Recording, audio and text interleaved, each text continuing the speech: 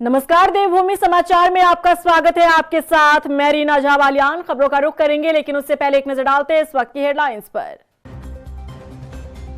धामी सरकार के 3 साल पूरे होने पर पीएम मोदी ने पत्र लिखकर दी बधाई। मुख्यमंत्री धामी को बताया कर्मठ और ऊर्जावान, कहा राज्य ने 3 साल में हासिल की बड़ी उपलब्धियां।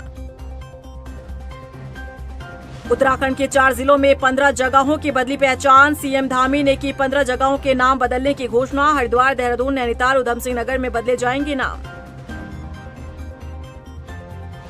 राज्य में 15 जगहों के नाम बदलने के फैसले पर कहीं खुशी तो कहीं दिखी नाराजगी। कांग्रेस ने सरकार पर साधा निशाना। विकास के मुद्दों से ध्यान भटकाने का लगाया गंभीर आरोप। और उत्तराखंड महिला कांग्रेस का सरकार के खिलाफ हल्ला बोल। निजी स्कूलों की मनमानी के विरोध में शिक्षा मंत्री के आवास का घेराव। बीजेपी पर लगाए गंभीर आरोप। और चलिए बुलेटिन की शुरुआत कर लेते हैं। प्रधानमंत्री नरेंद्र मोदी ने धामी सरकार के 3 साल पूरे होने पर बधाई दी। पीएम मोदी ने पत्र लिखकर कहा कि उत्तराखंड के कर्मठ और ऊर्जावान मुख्यमंत्री पुष्कर सिंह धामी के नेतृत्व में राज्य सरकार के ये 3 साल सेवा, सुशासन और विकास के रूप में समर्पित रहे हैं, जो राज्य के उत्थान में एक बड़ी उपलब्धि है। प्रधानमंत्री ने कहा कि अपनी विरासत पर गर्व के भाव के साथ आगे बढ़ता हुआ उत्तराखंड आज विकास के नए आयाम गढ़ रहा है।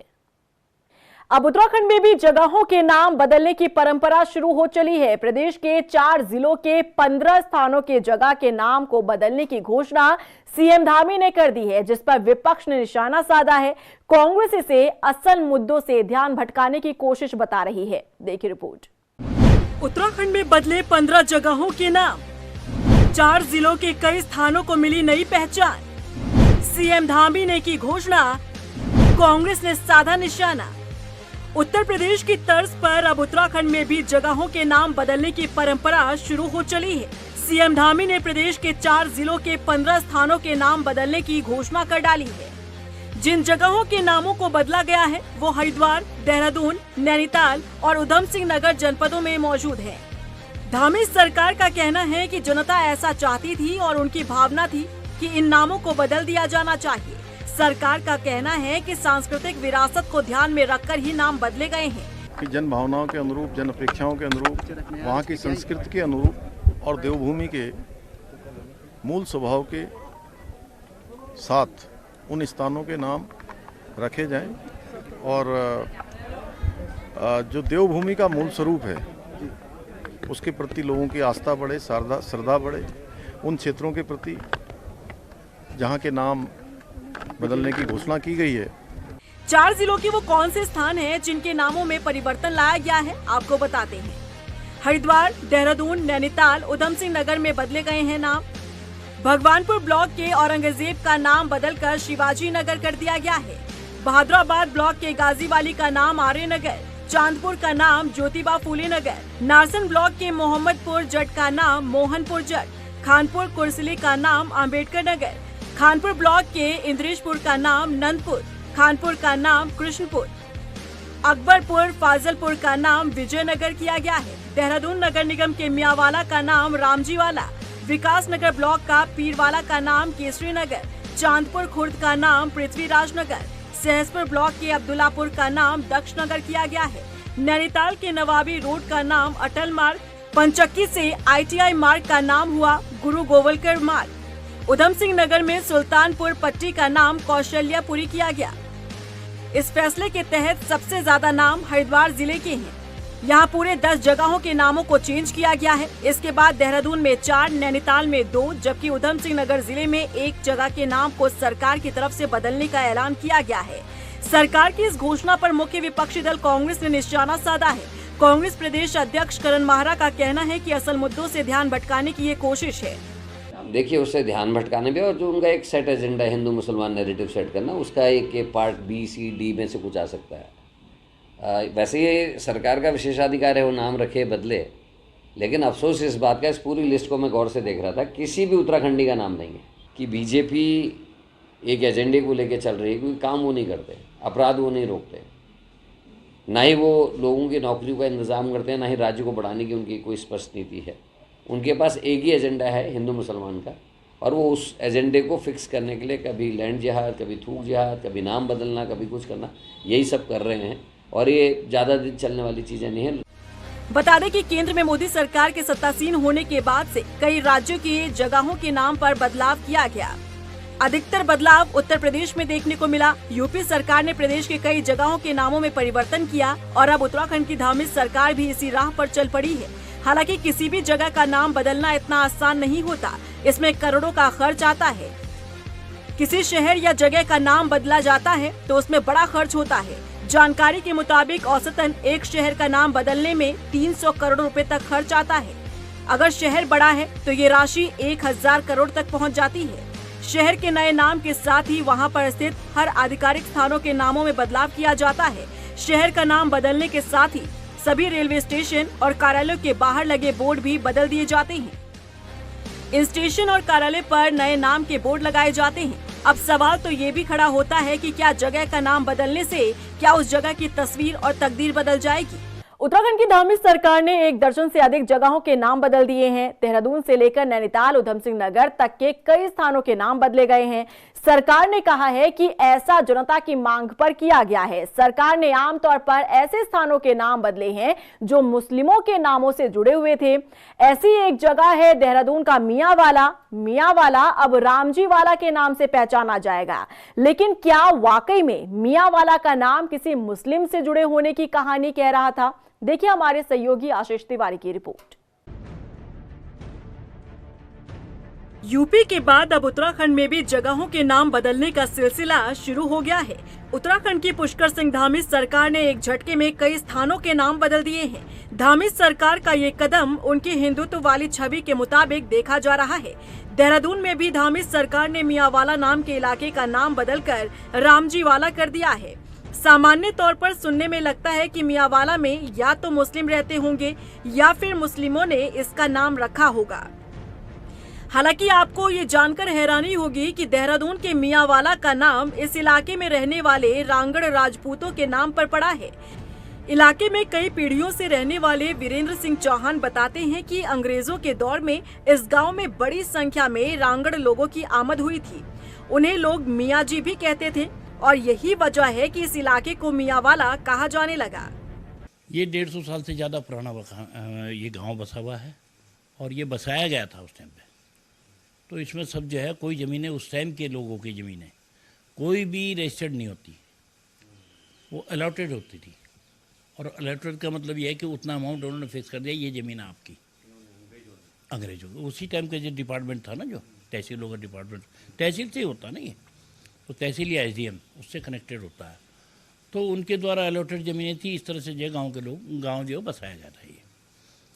तो उसके अलावा जो है सबसे बड़े जो परिवार यहाँ पे जो है जो रांगड़ परिवार है, तो इसे ही मियाँ बोला जाता था, समझे ना। वो उर्दू भाषा होती थी ना, उसमें मियाँ बोलते थे। लेकिन कास्ट भी है इसकी, ये तो रांगड़ हैं, इनको रांगड़ ही बोलते हैं। और इसके अलावा इनको फुंडीर भी बोला जाता है उर्फ करके ना। तो मियाँ ये कास्ट है, तो ये इसके गाँव का नाम जो है इस तरह से बदल देना, ये कहाँ की वो है। बातचीत में वीरेंद्र सिंह चौहान स्पष्ट करते हैं कि मियांवाला शब्द का मुस्लिमों से कोई लेना देना नहीं है। बातचीत में वीरेंद्र सिंह ये बताना भी नहीं भूलते कि मियाँ जाति के लोग न सिर्फ देहरादून में बल्कि पर्वतीय जिलों में भी हैं। अब मियांवाला उस टाइम पे इसी हिसाब से रख दिया होगा ना, जैसे रांगड़ को मियाँ बोल देते हैं, उर्दू चलती थी पहले, तो उसके हिसाब से कर दिया होगा ये। लेकिन मियाँ कास्ट भी है, राजपूतों के अंदर कास्ट है। और आज भी मियांवाला में है परिवार, 5 परिवार हैं, तो 5 परिवार से कहाँ हो गया, रांगड़, चौहान, आपके नेगी, आपके शर्मा, है ना, आपके पुंडीर, आपके तोमर, ये कास्टें थी। तो ये तो वैसे ही ज़्यादा हो गए, है कि नहीं। रावत, इधर रावत भी हैं, शर्मा जी भी हैं, है ना। तो कैसे हो गया फिर? यानी हम ये माने कि ये जो फैसला है गलत है।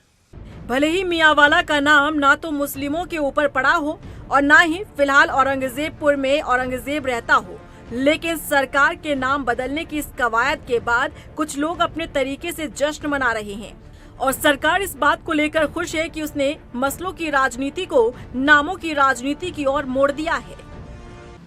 मुख्यमंत्री पुष्कर सिंह धामी ने उत्तराखंड में तकरीबन 1 दर्जन से अधिक स्थानों के नाम बदल दिए हैं। देहरादून, नैनीताल, उधम सिंह नगर जैसी जिलों में कई इलाकों के नाम बदले गए हैं। बीजेपी का दावा है कि ये वो ऐसे नाम थे जिनसे आक्रांताओं के नाम की बू आती थी। ऐसे में अपने वीर योद्धाओं के नाम पर नाम रखे जाएंगे इलाकों के, इससे लोगों को इतिहास समझने में आसानी होगी। ऐसी ही एक जगह है देहरादून का मियांवाला। नाम सुनने पर ऐसा लगता है कि ये इलाका मुस्लिम बहुल इलाका होगा, लेकिन हैरानी इस बात की है कि जब आप इस इलाके में आते हैं तो आपको लोग जो बताते हैं उसके मुताबिक इस इलाके में मियाँ शब्द किसी मुस्लिम के लिए नहीं बल्कि यहाँ रहने वाले राजपूत जाति के लोगों के लिए लंबे वक्त से इस्तेमाल होता रहा है। नाम बदलने की राजनीति आमतौर पर उत्तर प्रदेश में देखी जाती रही है, लेकिन अब लगता है कि मुख्यमंत्री पुष्कर सिंह धामी इसे लेकर उत्तराखंड में भी आना चाहते हैं। यही वजह है कि उन्होंने देहरादून के कई इलाकों के साथ साथ कई और जिलों में भी कई इलाकों के नाम बदल दिए हैं। अब सवाल ये है कि मुख्यमंत्री पुष्कर सिंह धामी नाम बदलने की राजनीति के जरिए क्या मैसेज देना चाहते हैं। कैमरा सहयोगी निशांत चौहान के साथ मैं आशीष तिवारी, देहरादून। वहीं प्रदेश में 15 जगहों के नाम बदलने की घोषणा पर बीजेपी के प्रदेश मीडिया प्रभारी मनवीर सिंह चौहान ने बताया कि जन भावना और देवभूमि की संस्कृति को संजोए रखने के लिए ये फैसला लिया गया है। सीएम धामी के इस फैसले का पार्टी ने स्वागत किया है। जन भावनाओं के अनुरूप हमारी जो संस्कृति है, जो विरासत है, उसके संरक्षण के लिए आदरणीय मुख्यमंत्री माननीय पुष्कर सिंह धामी जी के द्वारा कुछ स्थानों के नाम परिवर्तित किए गए हैं। इसकी भारतीय जनता पार्टी स्वागत करती है और धन्यवाद करती है आदरणीय मुख्यमंत्री का कि उन्होंने जन भावना के अनुरूप इन नामों का परिवर्तन किया है। निश्चित रूप से इन स्थानों के नाम परिवर्तन करने से जहां एक ओर हमारे महापुरुषों जिन्होंने स्वतंत्रता के लिए और अपने राष्ट्र के लिए अपने योगदान दिया है, उनके जीवन चरित्र से आम लोग प्रेरणा लेंगे। वहीं उधम सिंह नगर के सुल्तानपुर पट्टी का नाम कौशल्यापुरी कर दिया गया है। फरमान जारी होने के बाद क्षेत्र में कहीं नाराजगी दिखाई दी तो कहीं खुशी का माहौल। नगर पंचायत अध्यक्ष राजीव सैनी ने नाम बदलने पर बेहद खुशी जाहिर करते हुए मिठाई बांटने के साथ ही आतिशबाजी कर खुशी जताई। तो वहीं विपक्ष ने नाम बदलने को विकास के मुद्दे से भटकाने का गंभीर आरोप लगाया। देखिए, जो नाम सुल्तानपुर पट्टी हटा करके जो कौशल्यापुरी रखा गया है, इसका शासनादेश जो है जो भी 2-4 दिन में आएगा, उसके बाद ही जो हम आगे की कार्रवाई जो विभागीय कार्रवाई होती है उसको अमल में लाएंगे। देखिएगा, वर्ष 2025 में मैं कांग्रेस प्रत्याशी के रूप में चेयरमैन पद का प्रत्याशी रहा। जो जनता ने हमें जनादेश दिया वो हमें स्वीकार है, लेकिन जिस प्रकार से भारतीय जनता पार्टी की सरकार नाम बदलकर हमारे सुल्तानपुर पट्टी का जो प्राचीन काल से सुल्तानपुर के नाम से जाना जाता है, आज उसका नाम कौशल्यापुरी कर ये सुल्तानपुर पट्टी को जो बदला है इन्होंने, ये बहुत ही इनके साथ हमारे जनता के साथ छल कपट किया है। क्यों? अगर माननीय मुख्यमंत्री जी आप नाम बदलते तो हमें अच्छा लगता है, 100 करोड़ 200 करोड़ सुल्तानपुर पट्टी को विकास के लिए भी देते हैं। मुख्यमंत्री पुष्कर सिंह धामी ने सचिवालय में वन विभाग की गेम चेंजर योजनाओं की समीक्षा बैठक की और इस दौरान सीएम धामी ने अधिकारियों को जरूरी दिशा निर्देश दिए। सीएम धामी ने कहा कि वनों के संरक्षण के साथ ही वन संपदाओं से राजस्व वृद्धि के लिए और प्रभावी प्रयास किए जाएं। वन विभाग के गेस्ट हाउस के आधुनिकीकरण पर विशेष ध्यान दिया जाए। जड़ी बूटियों के क्षेत्र में कार्य के लिए और अधिक संभावनाएं तलाशी जाए और मानव वन्यजीव संघर्ष को कम करने और इको टूरिज्म पर खास ध्यान दिया जाए। उत्तराखंड महिला कांग्रेस ने निजी स्कूलों में फीस बढ़ोतरी और एलयूसीसी में हुआ घोटाले जैसे तमाम मुद्दों को लेकर मंत्री धन सिंह रावत के आवास का घेराव किया। हालांकि पुलिस ने बैरिकेड लगाकर प्रदर्शनकारियों को पहले ही रोक दिया। उत्तराखंड महिला कांग्रेस की प्रदेश अध्यक्ष ज्योति रौतेला ने कहा कि इस प्रदेश में शराब सस्ती और शिक्षा महंगी हो गई है। बच्चों के माता पिता आज सड़कों पर हैं क्योंकि निजी स्कूलों की मनमानी लगातार बढ़ती जा रही है। वहीं प्रदेश में एलयूसीसी का बहुत बड़ा घोटाला हुआ है, उसमें भी कोई कार्रवाई नहीं की गई। देखिए, हमारी जो मांगें हैं ये पूरे प्रदेश की जो सरकार है वो भ्रष्टाचार पे पूरी तरीके से लिप्त हो चुकी है। हमारी मांग है कि जो LUCC के तहत लोधी अर्पण कंपनी ने उत्तराखंड की हजारों लाखों महिलाओं के साथ जो लाखों करोड़ों रुपए का घोटाला करा, उसके खिलाफ सख्त से सख्त कार्रवाई होनी चाहिए। अभी तक उसमें अपराधी पकड़े नहीं गए हैं और सरकार उसमें अपनी जवाबदेही नहीं ले रही, बल्कि पल्ला झाड़ने का काम सरकार कर रही है। उस पर कार्रवाई होनी चाहिए, क्योंकि इस प्रदेश की जो महिलाएँ हैं, जो लोग हैं, उन्होंने बड़ी मुश्किल से धन संचित किया था, और वो जो धन उन्होंने अपने भविष्य के लिए संचित किया था, उसको सरकार के नाक के नीचे से एक कंपनी घोटाला करके ले जाती है। ये एक मुख्य मुद्दा है। साथ में प्रदेश में आप लगातार देख रहे होंगे कि बच्चों की जो फीस की बढ़ोतरी सरकार ने करी है और पेरेंट्स आज परेशान है। एक तरफ महंगाई है, दूसरी तरफ मनमानी तरीके से शिक्षा का व्यापारीकरण प्राइवेट स्कूल कर रहे हैं। उनके खिलाफ धन सिंह रावत जी को, क्योंकि वो शिक्षा मंत्री, उनको कार्रवाई करनी चाहिए। वहीं धामी सरकार के 3 साल के कार्यकाल पर कांग्रेस के वरिष्ठ नेता और पूर्व सांसद प्रदीप टम्टा ने सवाल खड़े करते हुए कहा कि बीजेपी राज में अवैध खनन का कारोबार फल फूल रहा है। खनन माफिया मनमाने तरीके से गरीब लोगों की जमीनों पर कब्जा कर रहे हैं और अवैध रूप से सरकारी भूमि पर भी खनन कार्य किया जा रहा है, लेकिन सरकार आंखें मूंदे बैठी है। इसमें पूरी तरह से खनन माफिया हावी है। अवैध खनन पर कोई लगाम नहीं है। तमाम जो नियम कायदे कानून है उसका कोई अनुपालन नहीं हो रहा। पर्यावरण कानून की धज्जियाँ उड़ाई जा रही हैं, लेबर कानून की धज्जियाँ उड़ाई जा रही हैं, गरीब किसानों की ज़मीनों को कब्जा किया जा रहा है, सरकारी जंगलात की भूमि में भी खनन हो रहा है। पूरे पर्वतीय क्षेत्र में खनन माफिया हों, नदी नाले सब लूट रहे हैं। मैं कह रहा हूँ ये राज्य आज इन माफियाओं के हाथों में चले गया। वही अवैध खनन पर सांसद त्रिवेंद्र सिंह रावत को यूकेडी नेता ने समर्थन दिया है। यूकेडी नेता शांति प्रसाद भट्ट ने कहा कि संसद में सांसद त्रिवेंद्र सिंह रावत ने अवैध खनन को लेकर जो बातें कही है वो सच है। प्रदेश में दिन रात धड़ल्ले से अवैध खनन का अंजाम दिया जा रहा है। उन्होंने कहा कि अवैध खनन पर धामी सरकार चुप है, जिसका नतीजा ये है कि उत्तराखंड की नदियां खतरे में हैं और पर्यावरण खत्म हो रहा है। त्रिवेंद्र रावत जी, उन्होंने बड़े गंभीर आरोप अपनी ही सरकार पर लगाए हैं। उन्होंने जो कहा है कि देहरादून, हरिद्वार और नैनीताल, उधम सिंह नगर में रात और दिन खनन हो रहा है, पर्यावरण का ख्याल नहीं किया जा रहा है, जनमानस को हानि हो रही है। उनकी बात को मोहर लगाते हुए उत्तराखंड के सचिव खनन, उन्होंने भी कहा है कि उत्तराखंड का राजस्व बढ़ रहा है। दोनों इस बात पर मोहर लगा रहे हैं कि उत्तराखंड में अवैध खनन हो रहा है। उत्तराखंड के भूगर्भ वैज्ञानिक ये कहते हैं कि जोन 5 में रहने वाले यहाँ के नागरिकों के जीवन को बहुत बड़ा खतरा है। अनियंत्रित विकास, अवैध खनन उत्तराखंड के जनमानस से लेकर भारत के पर्यावरण के लिए बहुत बड़ा खतरा बना हुआ है। उत्तराखंड में वन अग्नि की घटनाओं को रोकने के लिए वन विभाग ने अपनी तैयारियां शुरू कर दी हैं। बता दें कि हाल ही में विभाग ने 1926 टोल फ्री नंबर जारी किया है, जिस पर कोई भी व्यक्ति वन अग्नि की घटना या जानवरों की तस्करी से संबंधित जानकारी इस नंबर पर दे सकता है। अपर प्रमुख वन संरक्षक निशांत वर्मा ने बताया कि वन अग्नि की घटनाओं को रोकने के लिए पंचायत स्तर पर भी लोगों के साथ बैठक की गई है। जन सहभागिता के लिए जागरूकता अभियान चलाया जाएगा। इस बार हम लोगों ने जो है अक्टूबर माह से तैयारियां शुरू कर दी थी। तो सबसे पहले तैयारी में हम लोगों ने ग्राम पंचायत स्तर पर हर एक ब्लॉक में जो है वृहद रूप से जागरूकता अभियान चलाया। मतलब छोटी छोटी बैठकें करी, उसमें सेंसिटाइजेशन प्रोग्राम्स किए और उसी के साथ साथ जो हमारे नए रिक्रूट हुए हैं वनकर्मी, उनके लिए भी जो है ट्रेनिंग प्रोग्राम चलाया। उनको ट्रेनिंग दिया, वनाग्नि प्रबंधन कैसे होगा, नियंत्रण कैसे होगा, अगर आग लगेगी तो किस प्रकार से बुझाना है, उनका रोल क्या है, उसके बारे में एक पूरा ट्रेनिंग और सेंसिटाइजेशन प्रोग्राम चलाया हम लोगों ने।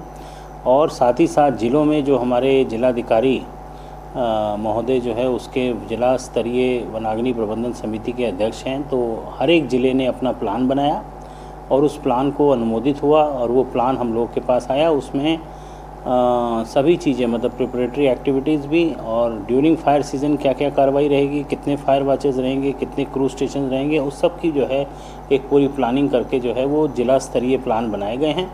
और उसी के आधार पर हमने जो है राज्य स्तरीय एक प्लान भी जो है वो तैयार किया है। देहरादून में मिलावटी कुट्टू आटा मिलने से पुलिस ने अब तक 3 लोगों को गिरफ्तार किया है। साथ ही 30 दुकानों से मिलावटी कुट्टू का आटा जब्त कर उसे नष्ट किया गया। बता दें कि बीते रोज कुट्टू का आटा खाने से 325 से ज्यादा लोग बीमार हो गए थे, जिन्हें अस्पताल में भर्ती करवाया गया। इस घटना के बाद सीएम धामी ने सख्त कार्रवाई के निर्देश दिए, जिसके बाद जांच में पता चला कि इस मिलावटी कुट्टू के आटे को सहारनपुर से देहरादून में सप्लाई किया गया था। वहीं इस पूरे मामले में फिलहाल एक आरोपी फरार है। समस्त पूछताछ के आधार पर यह पता चला कि विकास नगर में एक ट्रेडर है जो यहाँ पर डीलर के रूप में काम करते हैं कुट्टू के आटे का, और जो सहारनपुर के माध्यम से वहाँ से मंगाते हैं। इस समस्त सूचना के आधार पर टीम सहारनपुर में पहुँची और वहाँ पर जो मेन गोदाम था, वहाँ का जो डीलर था जिनके माध्यम से सप्लाई किया गया था, समस्त माल को वहाँ पर जब्त किया गया और इसमें टोटल 3 लोग की गिरफ्तारी हुई। जो 2 लोग जो है जो सहारनपुर के डीलर थे, जिनके द्वारा गलत तरीके से इस चीज़ को सप्लाई किया गया था, उनके द्वारा जो इसमें त्रुटि की गई हो, जो स्टोरेज में त्रुटि की गई, या जो आटे की जो पिसाई जब होती है तो उसके दौरान जो प्रिकॉशंस होते हैं वो ना रखे गए, इस कारण से इसमें जो है ये दूषित हुआ और जो उसको खाने के बाद इतने लोग बीमार हुए। करीब 200 से ज़्यादा लोग रिपोर्ट हुए इसमें, जिसमें सभी लोग नॉर्मल हैं, बहुत सारे लोग डिस्चार्ज भी हो चुके हैं। 3 लोग अभी इन्वेस्टिगेशन में इसमें अरेस्ट हुए हैं। बाकी जितने दुकानदार थे उनको विटनेस के रूप में उनको रखा गया जहाँ से उन्होंने खरीदा था। जो एलिज्ड कंटेमिनेशन से जो बकवीट के कंजम्पशन से कुछ केसेस सामने आए थे, तो उसमें ऑनरेबल सीएम की डायरेक्शंस पर त्वरित प्रवर्तन की कार्रवाई करते हुए संगीन धाराओं में मुकदमे दर्ज किए गए थे और उसमें पुलिस की तरफ से एक्शन एक्सपीडिएट किया गया है।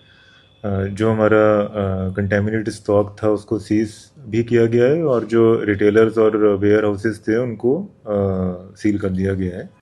वहीं दून अस्पताल पहुंचे कांग्रेस के प्रदेश उपाध्यक्ष सूर्यकांत धस्माना ने कुट्टू का आटा खाने से बीमार हुए लोगों का हालचाल जाना। उन्होंने मरीजों और तीमारदारों से उनके स्वास्थ्य के बारे में जानकारी ली। वहीं कांग्रेस प्रदेश उपाध्यक्ष सूर्यकांत धस्माना ने कहा कि ये गंभीर बात है कि प्रदेश में इतने बड़े स्तर पर मिलावटखोरी चल रही है। उन्होंने सरकार से दोषियों के खिलाफ सख्त कार्रवाई करने की मांग की। इतने बड़े पैमाने पर अगर अडल्ट्रेटेड फूड यहाँ पर मिलावट वाला खाद्य सामग्री अगर यहाँ पर लोग उपभोग कर रहे हैं तो ये बड़ी खतरनाक बात है। वो तो यहाँ डॉक्टर्स ने बहुत मेहनत करके, जैसा मुझे मरीजों ने भी बताया कि डॉक्टर्स ने इतनी भीड़ यहाँ पर आ गई, अचानक इतने सारे बीमार यहाँ पर आ गए, लेकिन जिस तरह से यहाँ के स्टाफ ने, यहाँ के मेडिकल स्टाफ ने, यहाँ के नर्सिंग स्टाफ ने, यहाँ के डॉक्टर्स ने लोगों की सेवा करी और इलाज किया तो लोगों की जान बच गई।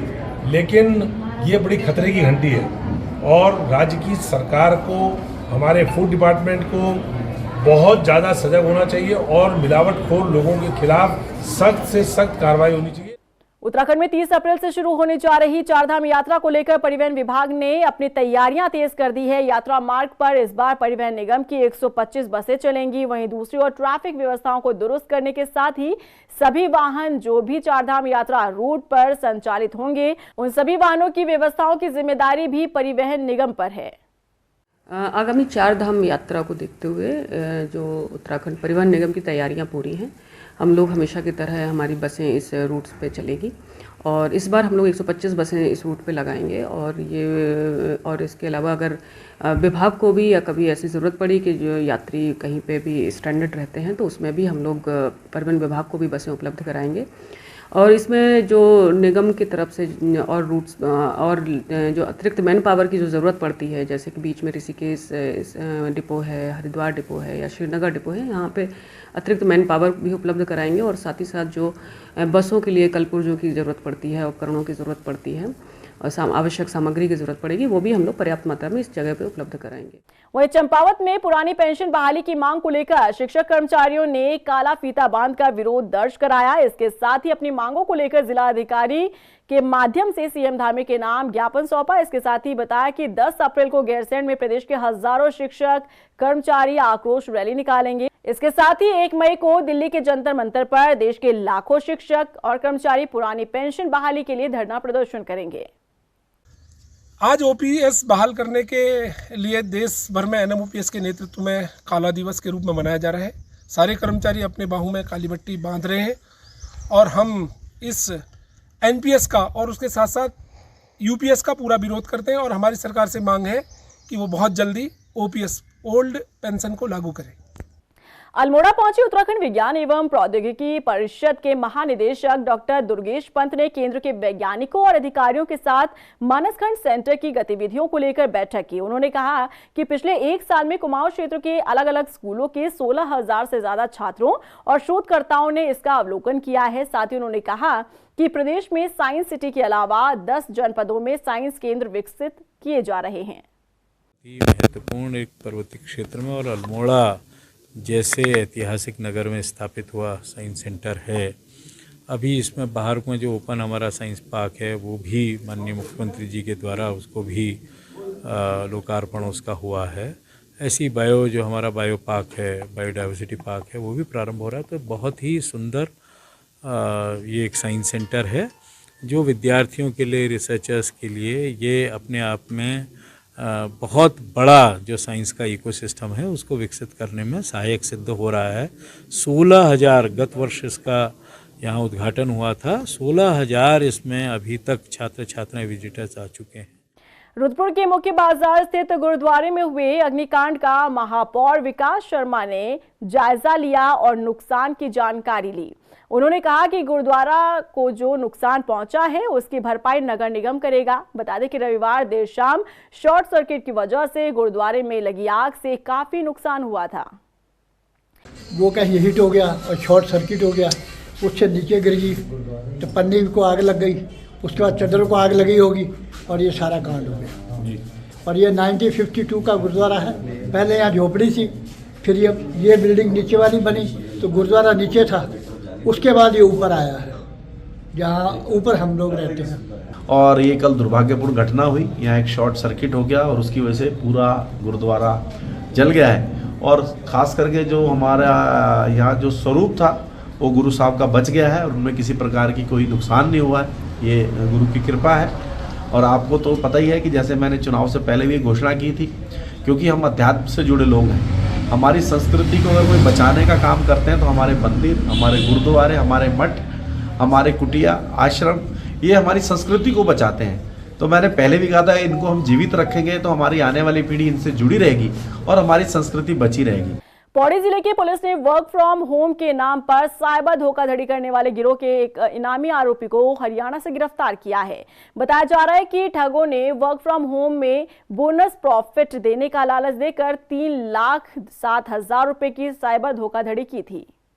तो धोखाधड़ी गैंग्स के द्वारा आजकल लोगों के साथ वर्क फ्रॉम होम के नाम पर धोखाधड़ी की जा रही है, जिसमें जनता से वर्क फ्रॉम होम के नाम पर नौकरी लगाने का लालच देते हुए लोगों से पैसों की डिमांड की जाती है। इसी प्रकार की एक शिकायत एक श्रीनगर निवासी के द्वारा हमारे थाने में दर्ज करवाई गई थी, जिसका संज्ञान लेते हुए मुकदमा पंजीकृत किया गया। जांच में ये पाया गया कि ये गैंग हरियाणा से ऑपरेट कर रही है। हमारी टीम के द्वारा इसके एक मुख्य सदस्य को हरियाणा से गिरफ्तार किया गया है और आज न्यायालय में पेश किया जा रहा है। मेरा समस्त जनता से अनुरोध है, यदि आपके साथ किसी के द्वारा वर्क फ्रॉम होम के नाम पर आपको जॉब दिलाने का झांसा दिया जाता है और आपसे पैसे की डिमांड की जाती है, कृपया इसकी शिकायत निकटवर्ती थाने में अवश्य दें। रुड़की के पिरान कलियर में पुलिस ने जिम की आड़ में चल रहे देव व्यापार का भंडाफोड़ करते हुए 4 महिलाओं और 5 पुरुषों को गिरफ्तार किया है।